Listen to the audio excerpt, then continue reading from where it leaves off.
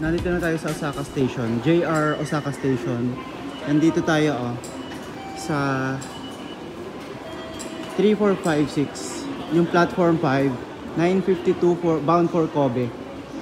Yan, yung Himeji, yan yung parang end of the line yata. So, platform 5 punta tayo.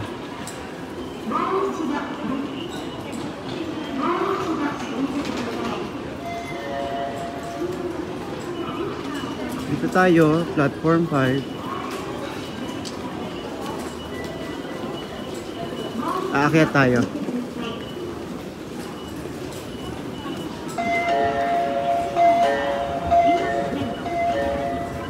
Malapit na mag 9:52 guys. Yan, mga palabas na yan ng station.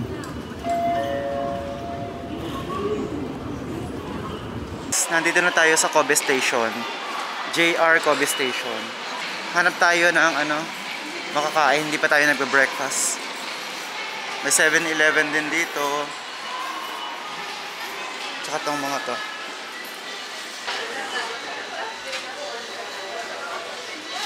Yung saging guys, mukhang yun, kasama talaga siya pag bumili ka ng bread at saka ng coffee.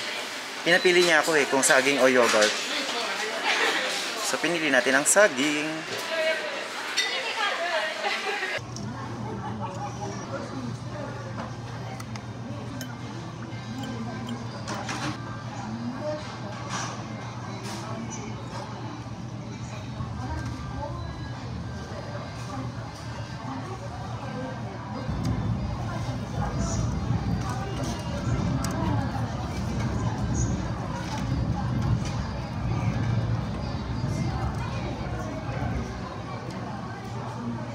Masarap siya guys. Parang may cream siya na medyo madilaw-dilaw sa gitna. Tapos puro raisins. Ano pala siya? Mukhang French siya, bakery. Vie de France. Kobe croquette. Ano to? Cheese. Shrimp and scallop. Mamaya na lang natin i-try yan. Kakain lang natin eh.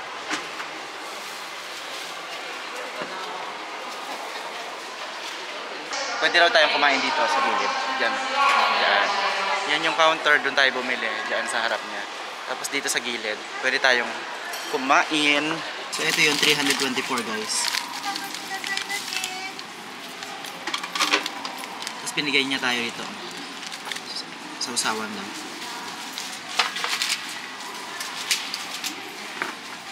Tikman muna natin ang walang sa usawan.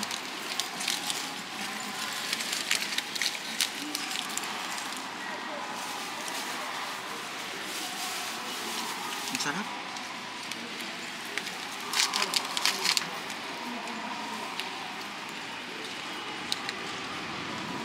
Ang sarap niya guys. Lasang-lasa ko yung shrimp.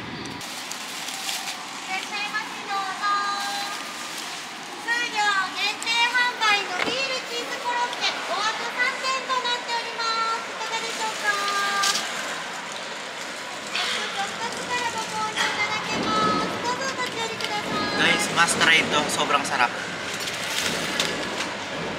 Bili kayo.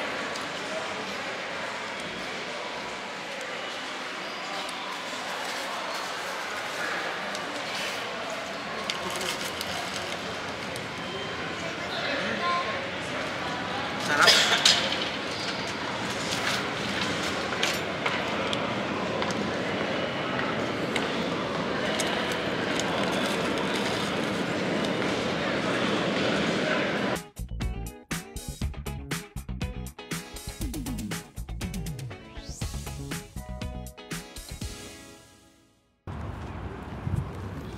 Guys, ito yung JR Kobe Station. Tsaka sa labas niya, look, merong structure dito na gumagalaw. Ang laki niya.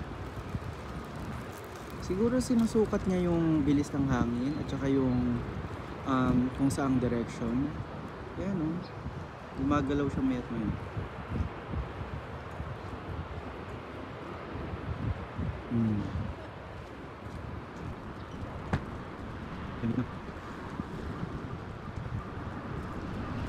Kobe Harborland.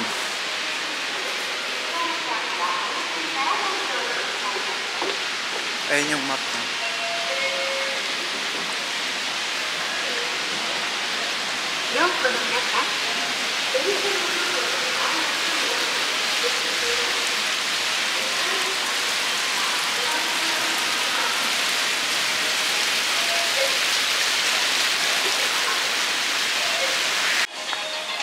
So guys, parang ano siya, underground mall.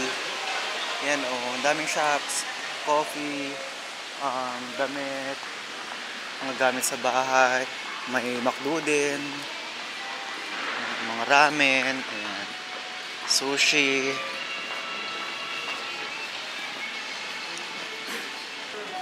Punta tayo dun sa Ferris wheel. Not sure lang kung may way out to dun sa kabilang side para mas malapit tayo. Ay, ang ganda oh. Ang ganda ng ceiling, no?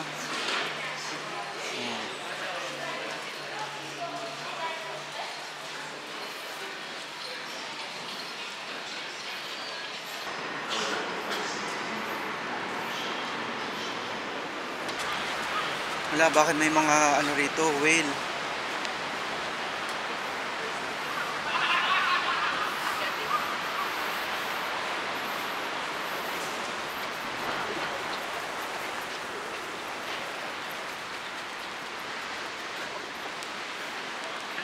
Wala, kamukha ni Doraemon.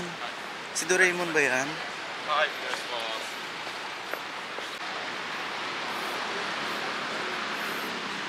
Ayun. Ayun na yung Ferris wheel na pupuntahan natin, guys. Kung nakikita nyo.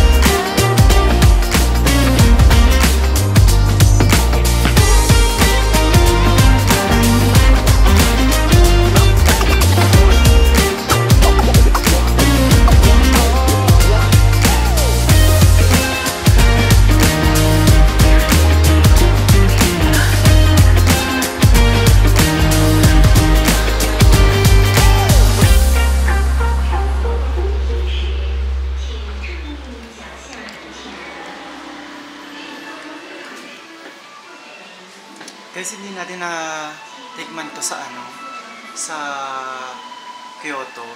Dito natin titikman sa Kobe. This one. Tanong ko kung same ba to nung store dun sa Kyoto. So, oo raw. Ganda ng ano, oh. Very aesthetic. Pero nakita ko rin sa ano nila. Dito, oh. From Kyoto. Nakalagay naman pala. Okay. So, ito is 704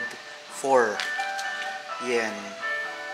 So, let's see kung masarap nga ito.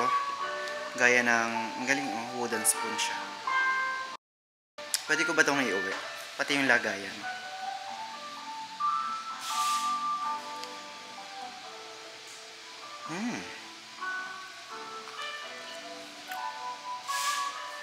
Ang kapal nung ano guys, nung matcha, pero ang sarap. Ang sarap niya guys.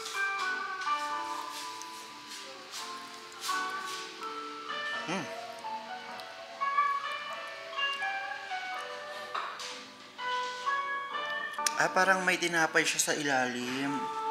Guys. Ayun oh. May tinapay siya na ano rin matcha flavor. Kulay green din eh.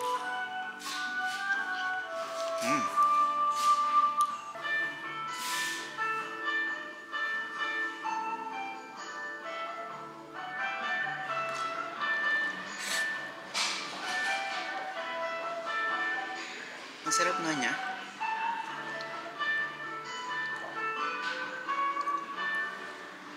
Since hindi natin natikman sa Kyoto, dito natin sa Kobe natikman.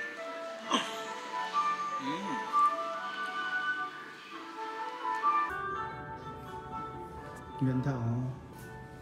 Green din yung baso nila guys.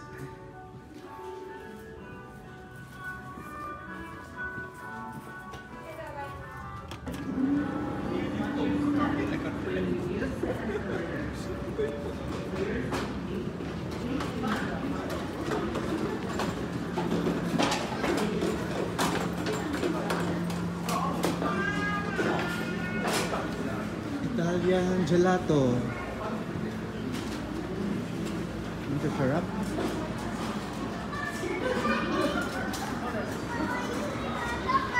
Punta tayo dito sa nadaanan natin kaninang mall. Umi ba yan? Tama ba ako ng basa? Umi. Harbor Bread Cafe.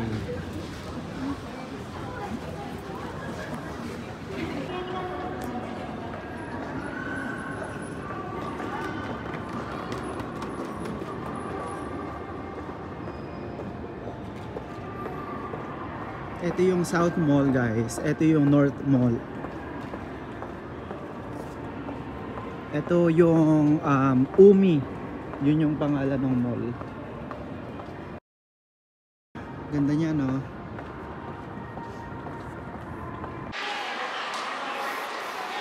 May daali. Ito guys, oh, lagi natin nakikita yan. Kain na tayo dyan. Ay oh, Banana Republic. Puro saging kaya ang tinitinda dyan. Cheret. Nangyari dyan. Ha? Parang pinball guys. May nag-control ba dyan?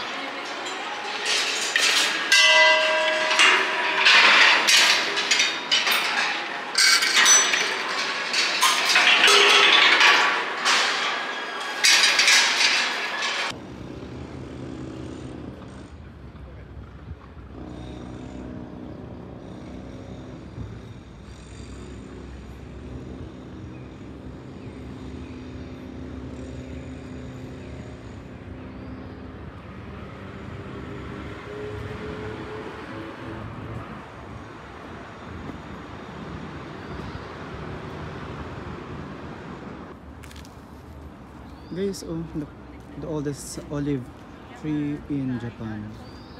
From from France, 150 years ago. Dinala dito. Saka dito tinayo sa Kobe yung first olive garden. At marami raw silang nakukuhang olive oil. Galing naman.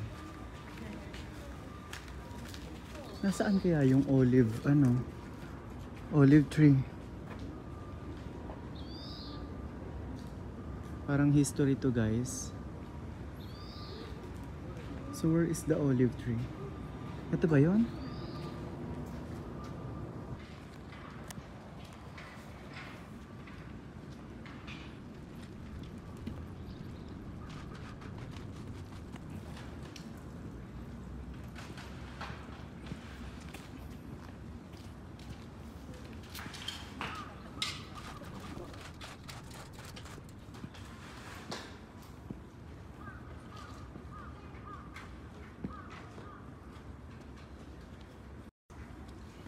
So guys, diyan kayo bibili ng mga ano, yung ayan oh, yung isasabit nyo diyan.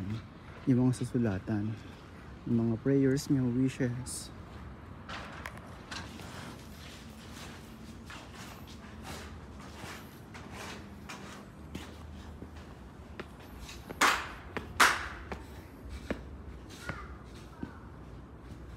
Ganda.